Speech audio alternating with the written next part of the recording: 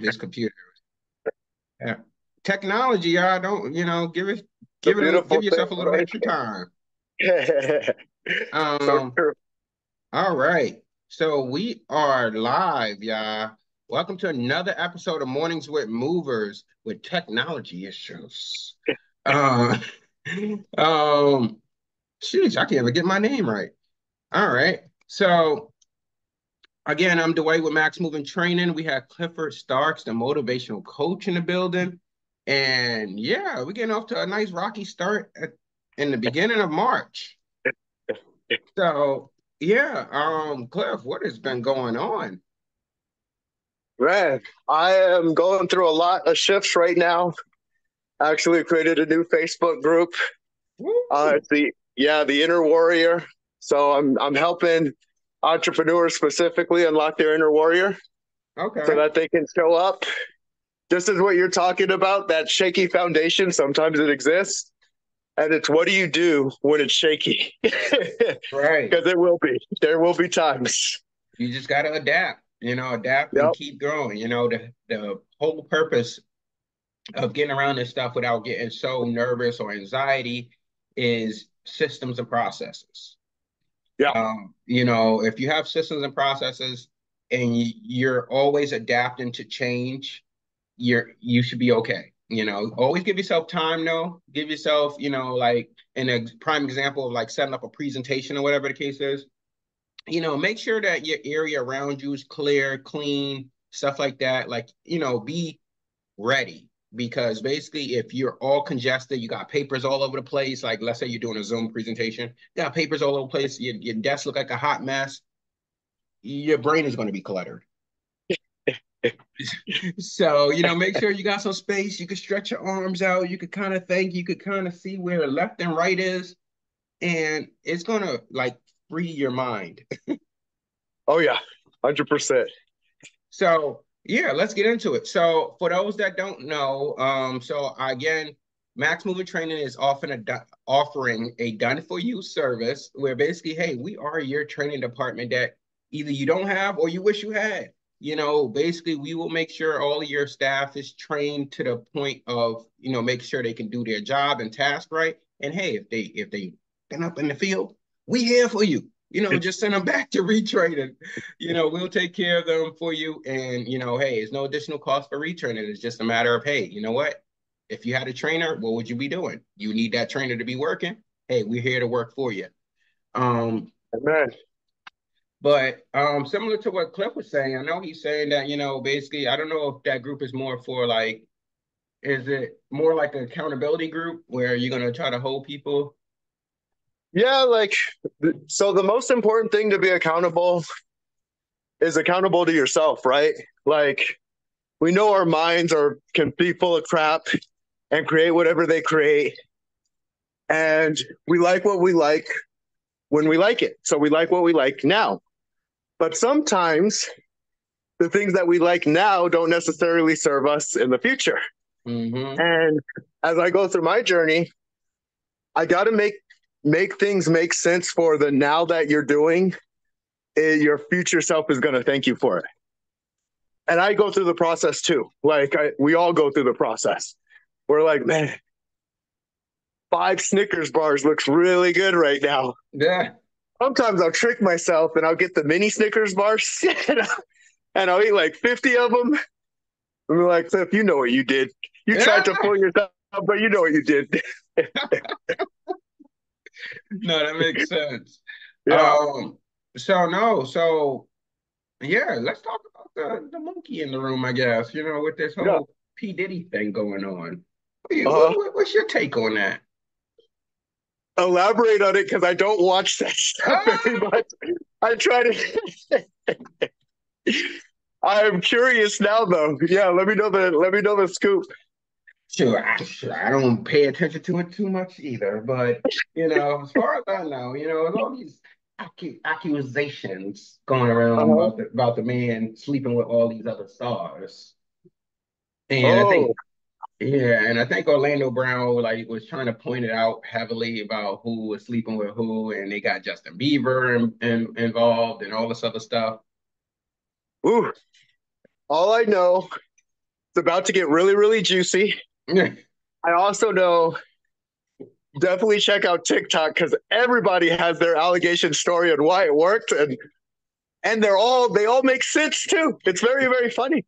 So as you follow the crumbs of the breadcrumbs and say, okay, who did what and what happened and how did it happen? Now, this I do know: P Diddy's a powerhouse, and he has a lot of options, and he also could probably hide a lot of stuff. Mm-hmm. So, with that being said, I guess good luck to you, P. Diddy, as you're going through your process, because apparently things are getting out.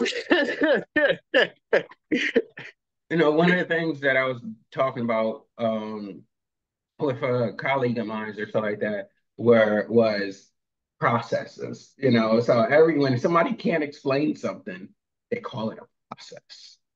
Yeah.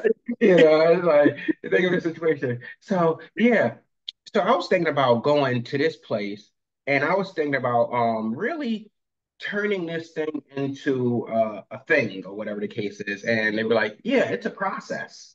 And, and people don't know, like, okay, what does that mean?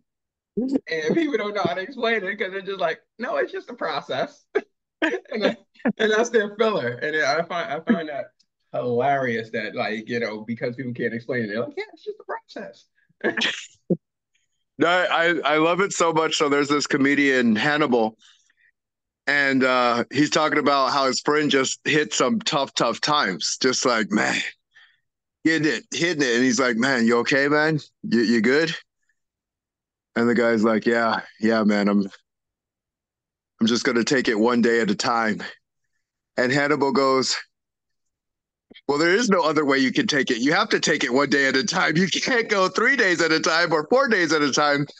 And so seeing the hilariousness of when you're in your oh shit moments, because we all get them, we all have them. We're like, Mm-hmm. oh shit, this sucks. We got to follow our process. Just going through the process, man. We're good. Everything's okay. Definitely, definitely. No, so I was looking at, oh, so just because it's on my head. Um, so I seen this morning, Cat Williams. He Mm-hmm. actually he actually ran a 40. And for being a 52-year-old, he ran a 4.97. What? I was like, okay, Cat, I see you still out here. That is a beast. Okay. Yeah, respect. Could only imagine he had to be at least a 4.4 solid, probably when he Yeah. was a little younger. Oh, yeah, absolutely. 52-year-old man running a 4.9. That is something else. Holy crap. Yeah, Yeah. respect. So yeah, no, it's a lot going on. I think we gotta like I think prime example, a lot of this stuff, social media is definitely a distraction for everyone.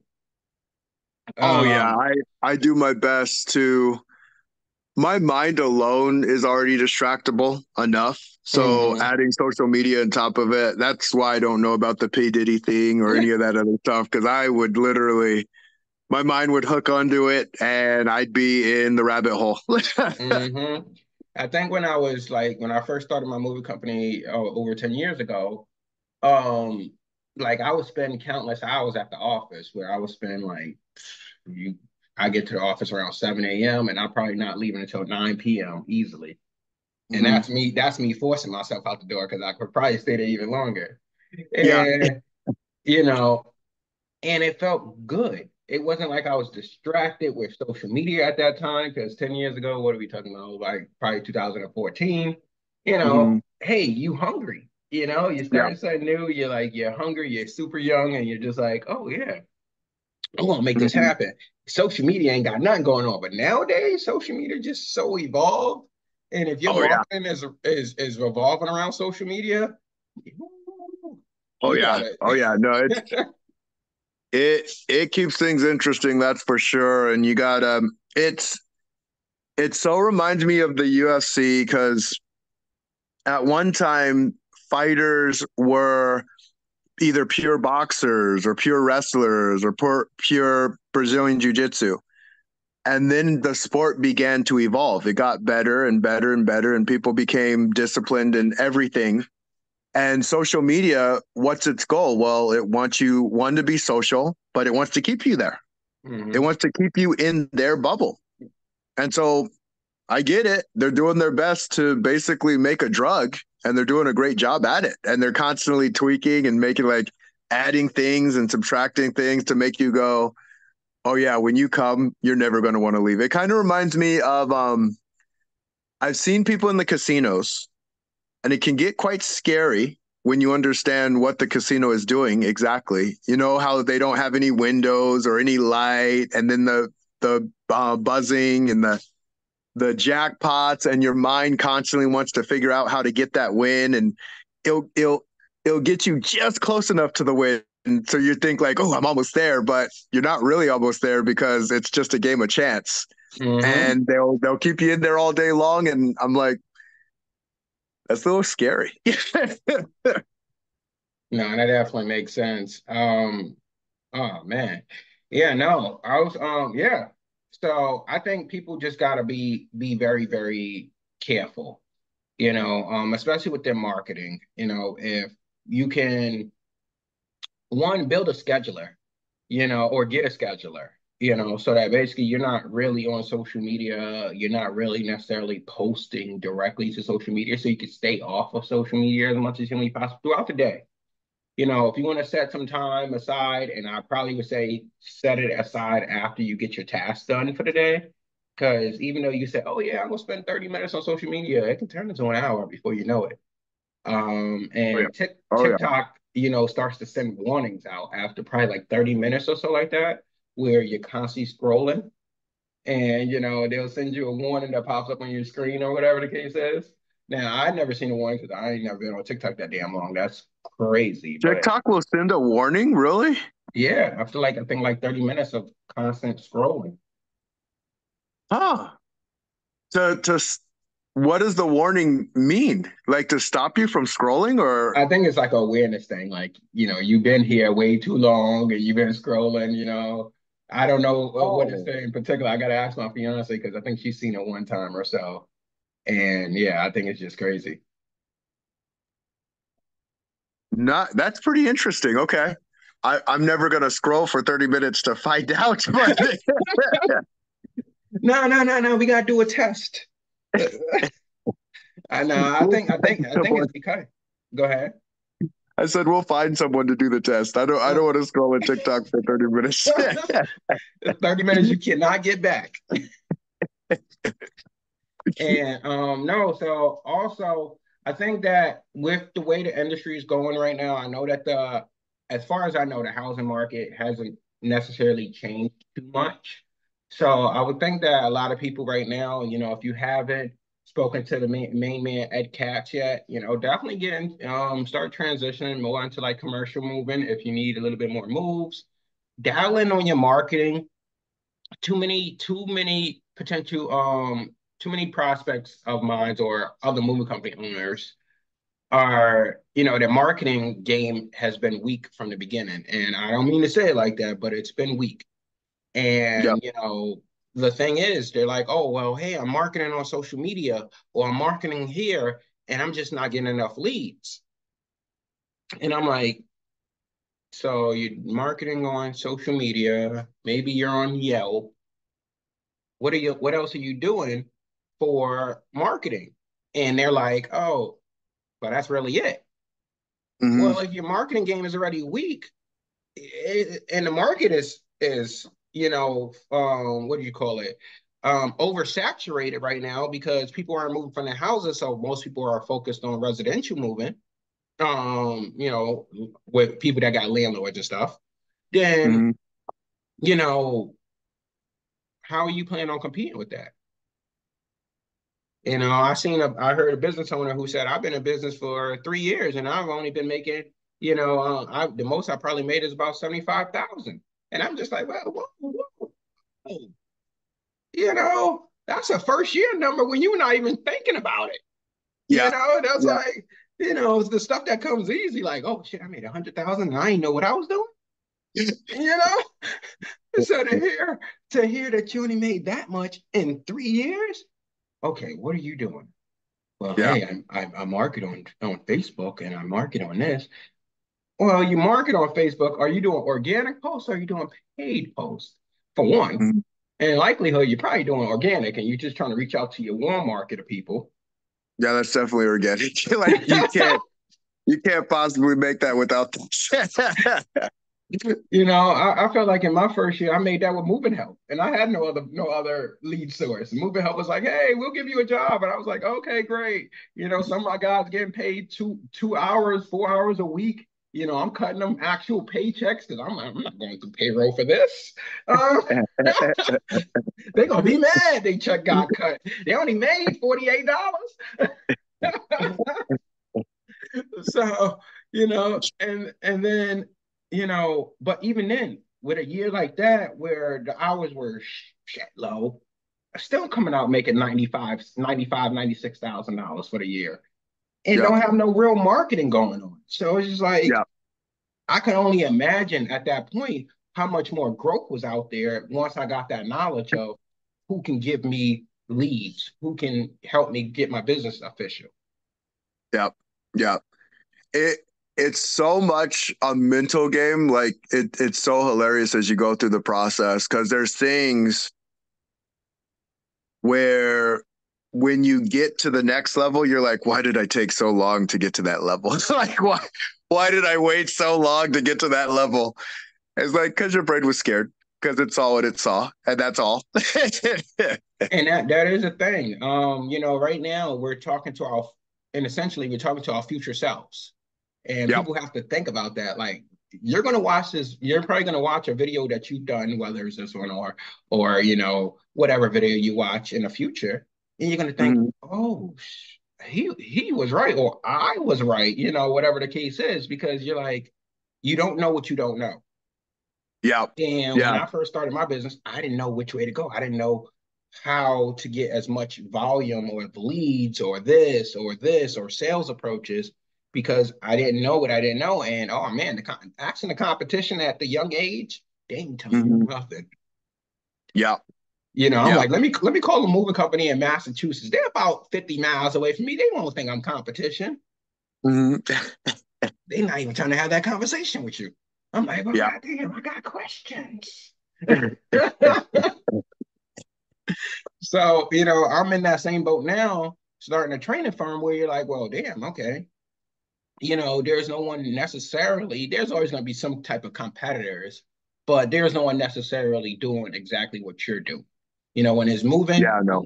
you're going to be your own, even though we're all moving, we're like, hey, the way we move people, we got blinkers, we got dollars, yes, that's going to be probably the same as the guy down the street.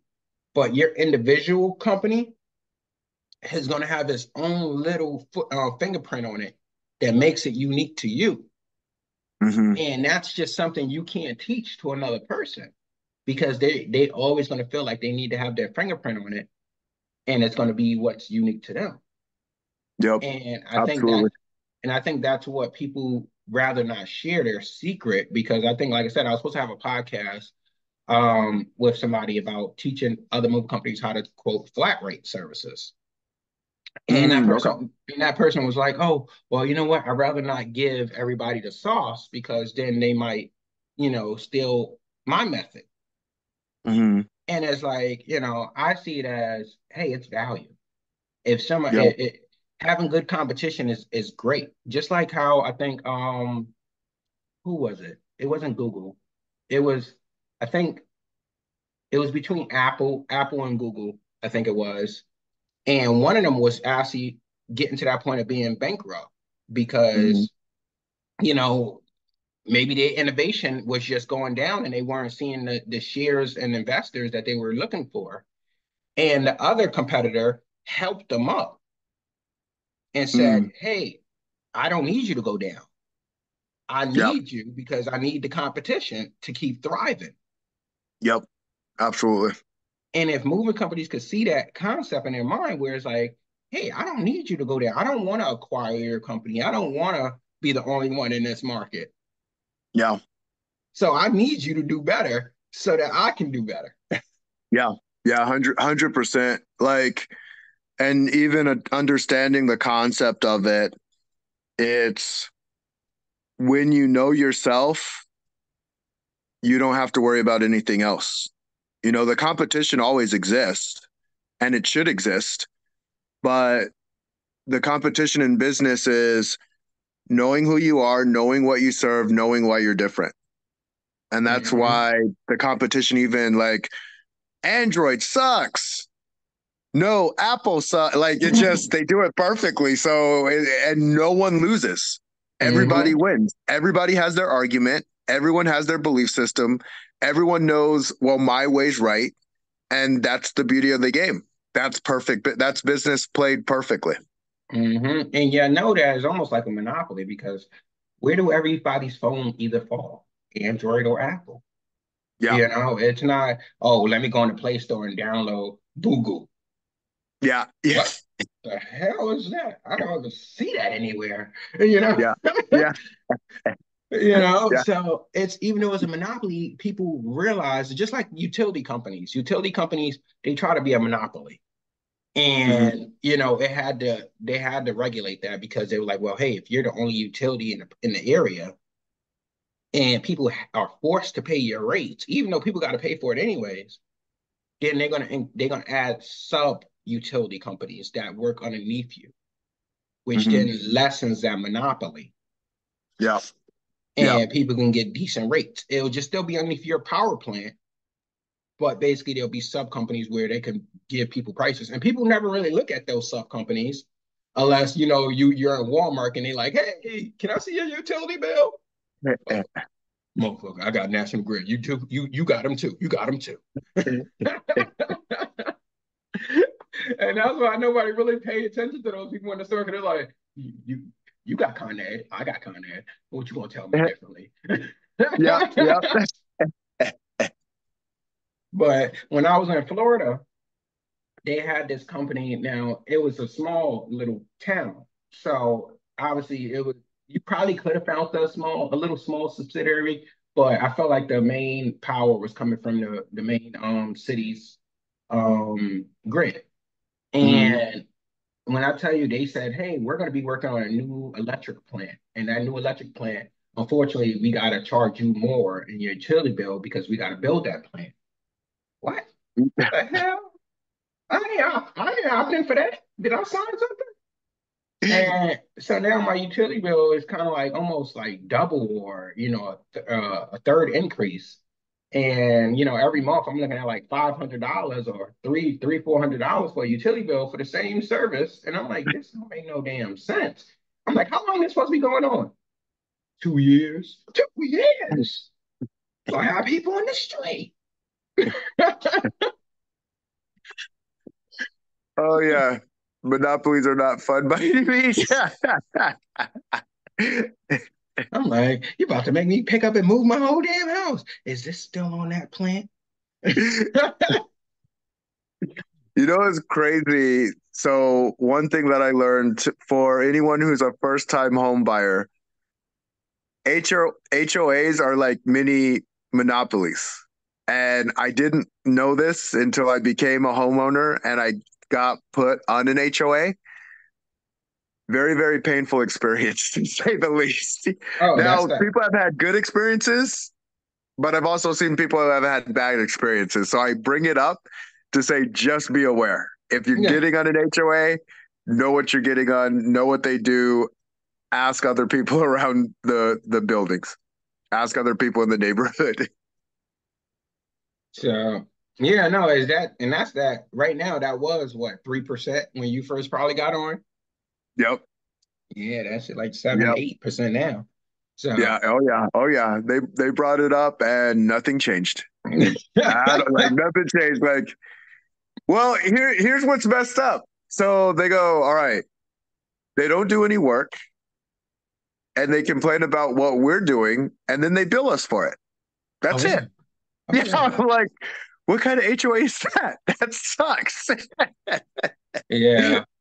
Um yeah, no.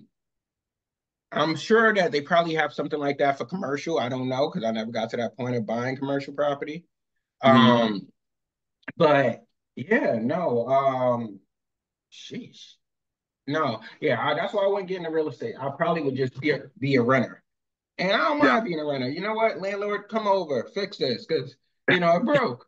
it's Versus pretty nice being a renter. Like as I look back, it's so funny because as you go through the journey, at least from my perspective, every lesson you learn, there's so much to the lesson that you don't even think about until you get into it. You know what I mean? Like, oh, I didn't know I needed to think about this, and this Mhm, over here. Oh crap, I didn't know I needed to think about this and this over here. All these details. mhm. But such is the game of life. So I'm gonna let y'all know. I'm gonna let y'all know in the secret because I'm gonna be doing a YouTube video on this groundbreaking stuff. Because no help, all me, one pillow. Wanna go night night? But yeah, so no, so groundbreaking news. Obviously, there's always been that question that I know that a lot of owners wanted to know, such as, what do you pay yourself as a business owner? Figured it out. So, so, no, me, I feel like a mathematician. I love the numbers. For anybody that's been in my coaching sessions to, if you just heard me speak on a live video, I'm always demonstrating the numbers because basically it's just one of those things that tells a story. Some people love history where they're like, oh, I can recall facts from 19 or 1855 or BC time. And I hate history, but I know that it repeats. So, but from numbers, unless somebody is manipulating the numbers to tell a lie, which it happens, um, the numbers tell a story. And for me, it's like, hey, you know what? If I got to be in the shower because hey, a math problem came up in my head, and I'm like, oh, Cliff ain't gonna leave me with that damn math problem that he gave me. I'm gonna figure this, take a 30-minute shower, wasting gallons of water, talking about, oh shit, I got it. You know, and that what brings me here today. So that whole concept that business owners, hey, what do I pay myself as a business owner? Isn't really a hard problem after all when you think about it. It's just, can you afford it? Is the concept. And I'm gonna do a YouTube live video on it. But basically, in general, it just comes down to, hey, what is your expenses? Um, Understanding what your benchmarks are in your business. So, like as a moving business, you don't want your admin to probably make more than 10 to 12% of your revenue. As for your movers and drivers, you probably don't want them to make more than 28% of your revenue. And that's your cost of goods sold. So I'm not going to go too deep into it because obviously, I don't want to be teaching no math on this podcast. But with that concept, you have to use those benchmarks for yourself as an owner as well. And this is going to tell you whether one, you can afford to have employees earlier in the game, or you're going to have to wait, depending on your revenue. So, you know, we'll go over it live in a video, and likelihood the video is going to probably be posted early next week. So definitely, I'll post the event in the Running a Profitable Moving Company group. So if you're interested in joining, this is groundbreaking because you will not find this answer anywhere on YouTube. You won't find this answer on Google. Trust me, I love it. And no other owner can really explain it either. They're just like, yeah, once you start making X amount of money, you can start taking money out and start paying yourself. Or, hey, I didn't pay myself for the first 2 years of running my business. I don't really answer how much you should pay yourself. You know. So Do you have the live time that you're going to do it? Have you uh decided? I haven't decided yet because the schedule is crazy, but I will post it in the Running a Profitable Moving Company group. So if you haven't joined that group yet, definitely join it. And then, hey, if you miss it, there'll be a live replay on YouTube. So don't worry. I just want to make sure I get the details all listed out. Um, what's going on, everybody? I hope everybody's having a great morning. So yeah, I'm excited. And you know what? When I put my brain to it, it only really took me 10 to 15 minutes to get it done. And I'm like, God damn, I've been working on this question for goddamn over 10 years, still trying to figure it out. I started a new business and I'm like, how much you gonna pay yourself? And I'm just like, I don't know. Let me ask somebody else that's in like a subscription business, how do you pay yourself? And you go around asking people and they don't know the answer. They're just gonna give you what they think they know. Yeah, that makes sense. Okay. Yeah, I'm curious. I want to see. Oh yeah, yeah. So I don't even know either, people. So I'm gonna be on that line. So I'll make it clean though, because I want to make it simple that people understand it.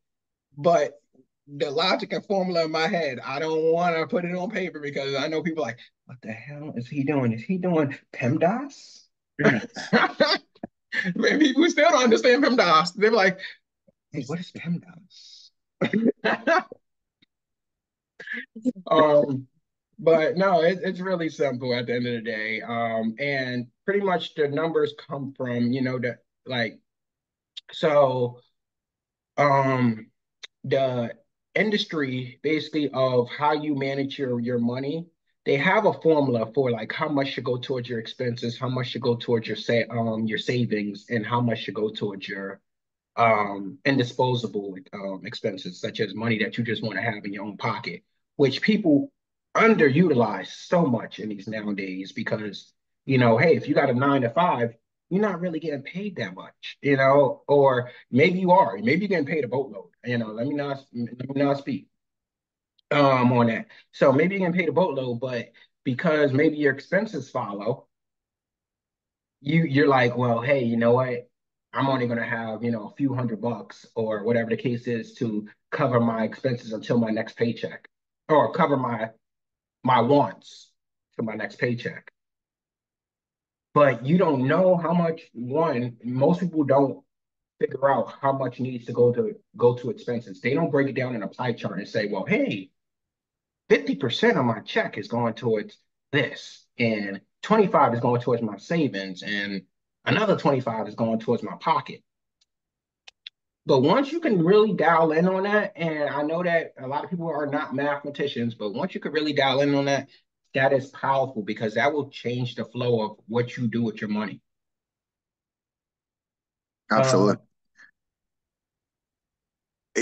You're making me think of one of my mentors went over the jar system with me. Have you ever heard of that one? no, I know So what it's the Mike McCallow's going to talk about that with piggy bank. oh, that guy's a genius. Oh my goodness. Yeah, like he really what I love about his style, he has systems against this thing, our brain, right? Because our brain is our brain. It does what it does. And it have you ever had like if you don't like chocolate chip cookies, insert whatever you really, really like. Mine is chocolate Mhm. chip cookies. So if there's like a dozen chocolate chip cookies there, I'm going to town. It's over. I'm eating every chocolate chip cookie because they're so damn good. And if there's only like one chocolate chip cookie, well, I'm eating that really, really slow. I'm going to take care of that. Like it's just like it's only one chocolate chip cookie. So we do the same thing with money, right? And he Hold talks on, about that. hold on. No, don't lose your train of thought. We ain't gonna talk about who left that one chocolate chip cookie. Was it you or was it their wife? Oh, no one gets if there's chocolate chip cookies, I'm eating them all. Like, yeah, I'm eating them all. Like it's over. Like so if there's 12, I'm eating them all. And if my wife made 12 and they left 3, I'm eating those. I am the garbage disposal when it comes to chocolate chip cookies. So you don't even have to worry about that. Gotcha. All right. Before you don't lose your train of thought. But the debacle is, do you like the vanilla Oreos or the chocolate Oreos? Vanilla all day long. Yeah, I That's dip what them I in milk. said. Yeah, I dip them in milk. I will not eat a chocolate chip or I will not eat Oreos anymore though. Because I'll tell you, as an ASU wrestler, I got to learn what a true genetic freak was. And there's people who can eat whatever they want to eat and they look like Greek gods, no matter what they do. I'm not one of those people. so, so I have to work for my body. Like I don't get that option. And yeah, one of my teammates, he ate like a whole thing of Oreos. And then he went to wrestle later that day. I was so pissed because I don't get that option. I don't get that. I don't get those genetic gifts. Like I was like, man, that's not even fair. I would be out probably hitting an epi needle, feeling like absolute crap.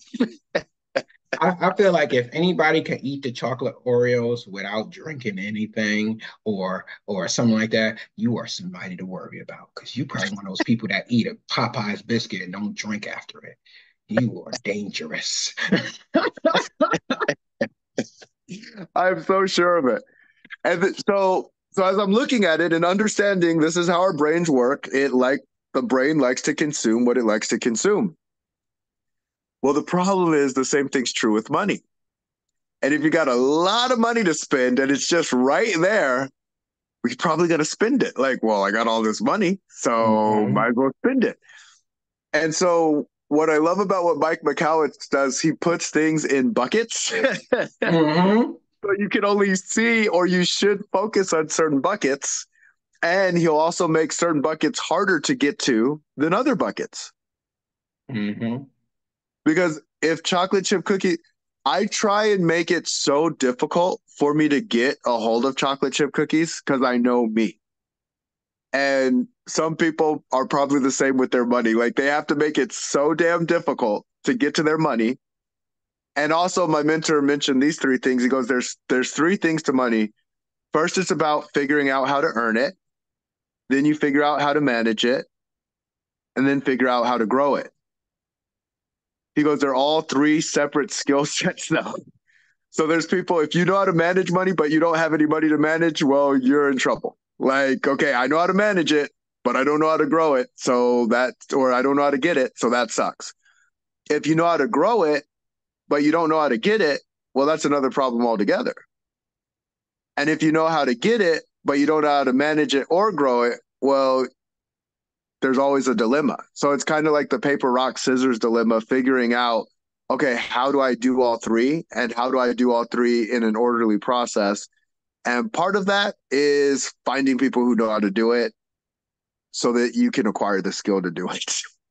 Yeah, no, it's all educational, being that I'm really, really good at numbers. Now, I'm not like Albert Einstein or anybody like that when it comes to numbers. I wish I was. But, I know what I know for the situation that I need to know it for. Mm-hmm. And I think that's my plus, where, everybody that I kind of talk to, like, oh, you should probably be a financial advisor. And I'm like, it's someone that's telling me I should probably be a math teacher, and I don't want to be a math teacher. It's hard for me to sometimes teach people what I have up here, Mm-hmm. but I can, like, and I'm talking about from a number standpoint, but I can explain the story behind it so that you can create it for yourself, you Yeah. know. So Well, I that's go ahead. it gets interesting because I really like understanding athletes and coaches specifically because in business the business owners like the athlete and then they need a coach and both have different skill sets. Like Phil Jackson didn't say, hey, Michael Jordan, let me show you how it's done and try and slam the basketball. Like it doesn't work. That's Michael Jordan's job. That's what he Mm-hmm. does. And so knowing your positioning, like I go, holy crap, mastery is about alignment with self, and alignment with self is about time, timing, and positioning. If our timing's right, our time's right, and our position is right, we win. Like every time we win. And that's like saying it's as easy as punches and kicks for a fighter. It's not that easy. It's complicated. There's all those nuances. But if you just know that there's nuances in those things, then you can start working on those things. Like, okay, where's my timing? What's my time? Is this the right positioning? Like, is Dwyght the person who's going to pull something great out of me? Because that's your job as a consultant, as a coach. Mm-hmm. Like, you pull it out of them so that they can create the life that they want to create. And what's interesting, there's a saying, it's hard to read the ingredients when you're inside of the jar. And so you can have all this potential in the world, and if you don't see it, it doesn't matter. It's almost like it doesn't even exist to you. It's very interesting. Definitely, definitely. No. Um, because my ADD is kicking in, don't think I forgot about how you make those chocolate chips hard to get to. And I was just thinking, I was like, it's Cliff taking the chocolate chip cookies out of the bag and putting them in separate containers to try to make it hard to get to. What is his strategy? I literally, so there's two things that get me away from chocolate chip cookies. Um, One, I never have them. I never put them around me. Now, for anyone who's dealing with alcoholism or anything like that, I'm not making it a joking matter, but it's still the same thing. If it's not around me, I don't have the urge as much. Now, the other thing, because I there's a Fry's literally right across the street, so I can walk there and buy chocolate chip cookies. The other thing that has helped me has been the habits that I acquire.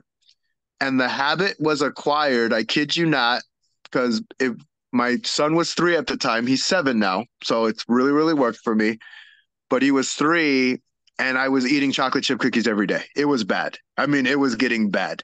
And I got to the point where I'm asking my son, hey, you want some chocolate chip cookies? Like, when is he going to say, like, no, dad, not today? I knew what he was going to say. So it just gave me a reason and excuse to go get some more chocolate chip cookies. So I go get the chocolate chip cookies. Hey, baby boy. And I'm thinking to myself, like, all right, I got to make this stop some way, somehow. Like, how am I going to make this stop? Well, one of my core values is integrity. Say what I say I'm going to do, right? And I ended up doing a pinky promise with one of my clients that I wouldn't eat chocolate chip cookies for 6 weeks. And she goes, well, what if you end up eating the chocolate chip cookies? I go, it's already done. I won't eat the chocolate chip cookies, but I'll cut off my right arm if I have to. Like that, integrity is so important to me that when I say something, it's already done. It's already in existence. And so Okay. for that 6 weeks, I didn't eat it, and it helped me build the habit to not need it, if that makes sense. No, because it's chocolate chip cookies. Yeah, I said they're good. Yeah, they're good. They're amazing. And I will never lose the love for them. Me, chocolate chip cookies have a special place in my heart. They will always have a special place in my heart. But after that pinky promise, it's just the habit acquired enough to where I don't need them on a regular basis. Because you know where you look in the mirror and you're judging yourself. I got to that point. Oh, all the time, all the I time, was like, you weak human being, you. I kind of feel special when I'm eating those. I like to call them light skin Oreos. Ooh, Make you feel a little special inside until you those I will. eat, Yep. until somebody bring. After that was so the reason I stopped Oreos. I was a kid. I want to say I was 15 or 16. My mom took me out to go see my aunt. So I live in Arizona. I went to Ohio. I'm so glad I'm not in New York, Dwyght. That cold, you guys are nuts. Like I don't know how you guys live there. Ohio, I didn't like it. It was too cold. F that. Anyway, back to story. So my my aunt gave me whatever I wanted. Like she would feed me whatever I wanted to eat. And I had probably 3 packs, 3 whole packs of Oreos, and I came back 20 pounds heavier. Now, this was only in 2 weeks. So I gained like I call it a winter coat. I gained a winter coat in 2 weeks. And after that, I was done with the Oreos. I'm like, I'm not doing that to myself anymore. I'm never That, gonna. My parents can even recognize me. They were really mad at my aunt, by the way.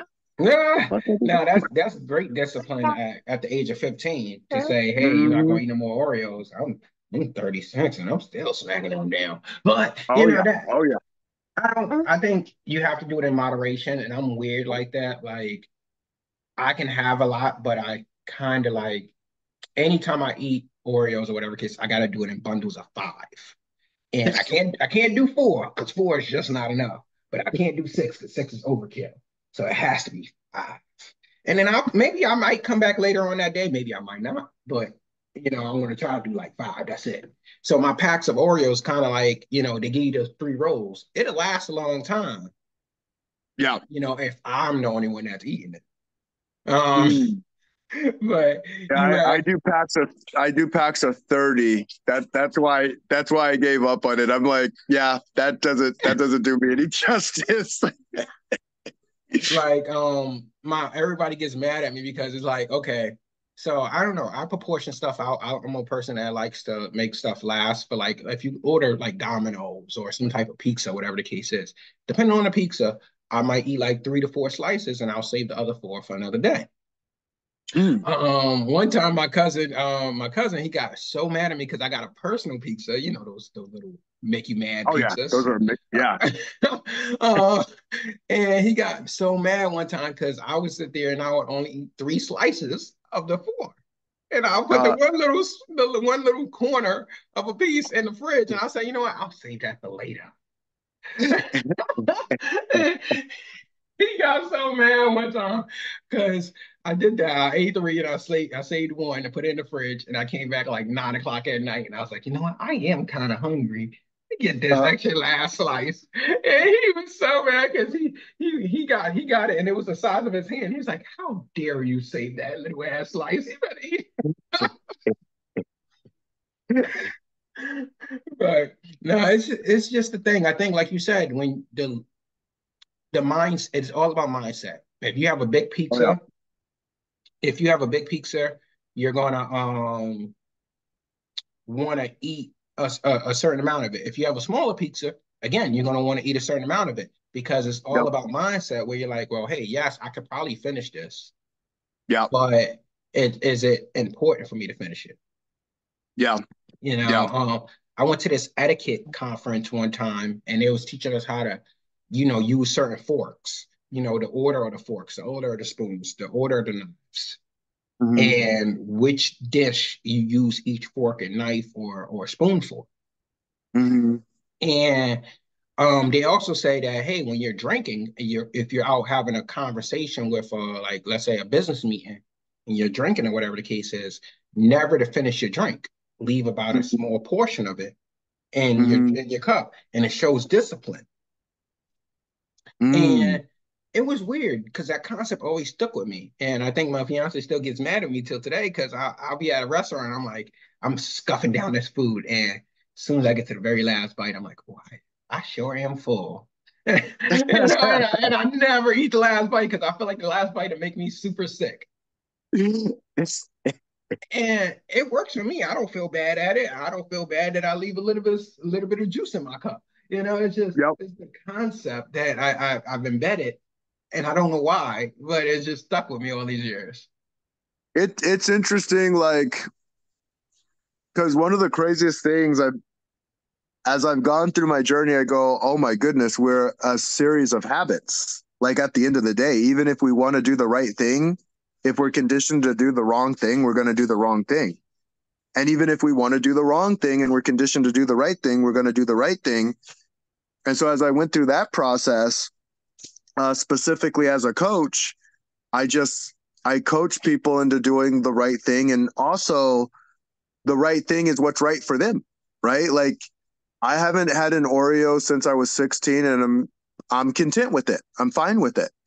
Whereas you eat Oreos, but you only eat them in fives, and so you have that conditioning in you, and you're comfortable with that.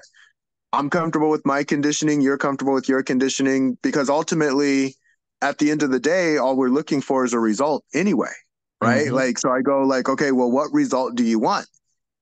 And if your result is I want this, but you're not conditioned to get that, well, that's kind of frustrating because you just keep hitting your head on the wall and going like, why don't I have this thing? Well, you're just not conditioned properly. Mm-hmm. And I think I used to like to use the term marginal utility because we used Mm-hmm. that term in economics when I was in college. And it was like one of those things where it talks about your satisfaction level. Mm, So if you're so hungry and you get a sandwich, perfect sandwich that you made from home, one of those home baked mm, sandwiches, and you eat it, and then you're like, well, I only had one, but I was so like that sandwich was so good, and you make another sandwich. That mm, second sandwich will not taste as good as that first sandwich. And people are like, what? I made it exactly the same because your marginal utility dropped. Your anxiousness to have that sandwich was so great before you had the sandwich, and now mentally you're not as hungry anymore, and you're it's not as satisfying anymore. mm. And if you can use that concept and logic in life, where it's like you want something so bad, and when you finally get it, it's like, did I really need this? Yeah, and and it's weird how it works, but I've always just kept that satisfaction, or that word or term, marginal utility, in my mind when it Mhm. comes to something. Yeah, So, yeah, yeah. It's an interesting game that we play as we go through the journey, and even when we were speaking with Phil, talking about saying those things that we're really uncomfortable about, and like hmm just keeping them on the side, like let me just put this over here. but but when you say it to the right people, um, they can help you find solutions for that thing. When you say it to the wrong people, you get really embarrassed and they laugh at you and punish you. You just kind of walk away with your tail between your legs. But I say when we can speak our truth, we can find our solution. That's what I tell everyone. Speak your definitely, truth, find your solution. definitely. No, you definitely. Just before I forget my train of thought, I know that Anthony mentioned starting the day trying to get past the season and beat this storm we've been having the last 3 months. Now, I don't know if he's referring to weather per se, or the storm of the slowness. But Mm-hmm. with that being said, it's one of those things where, like I said, you have to, in these times, you want to diversify your services. Now, Louis Mazzaro does mention, digging deep into the what you got, and I'm a 100% firm believer in digging deep as much as humanly possible. But when you know that people aren't really moving in the winter, or there's just some economic challenge going on, you can still dig deep, and that's really firming up your foundation of that service, digging deep. But you also want to diversify as well, so if you start to realize, hey, maybe there's a market for junk removal, or maybe there's a market for cleaning services or painting services, or whatever the case is, you're in a prime position as a moving company owner to offer a lot of complementary services, because you're helping somebody move from one residence to another. So you just kind of got to think outside the box, where you're like, well, hey, how can I complement this person's service, which is going to give you your competitive edge? And you just got to go in and go at it. So the off season of, I like to say, October to March 1st, which is about 6 months, you want to be able to use that downtime to start implementing new stuff, new strategies. What worked last year? What didn't work? Let me tighten up these screws. Versus the whole, damn, it's so slow. I don't know what to do. Oh, I'm pulling my hair out because it's so slow. Use it as a plus, because when you're in the busy season, it's so busy, you can't see left from right. Yep. So you can't really be thinking about, oh shit, the off season is coming. Well, you can't think about the off season coming, but most people in the busy season aren't preparing for the slow season, and when you're in the slow season, you're not really preparing for the busy season. Yep. Yep. So I would say, just make sure you're definitely focused on something. As a business owner, whether you're in the field like my man Country Phil, who's not here today, you know you have to figure out that game plan, because this can't be life. This can't be forever. And if you're in the field and you're not spending time growing your business, then your business is only it's going to hit its maturity level, and then it's going to start to go through a decline, because that's just the business life cycle.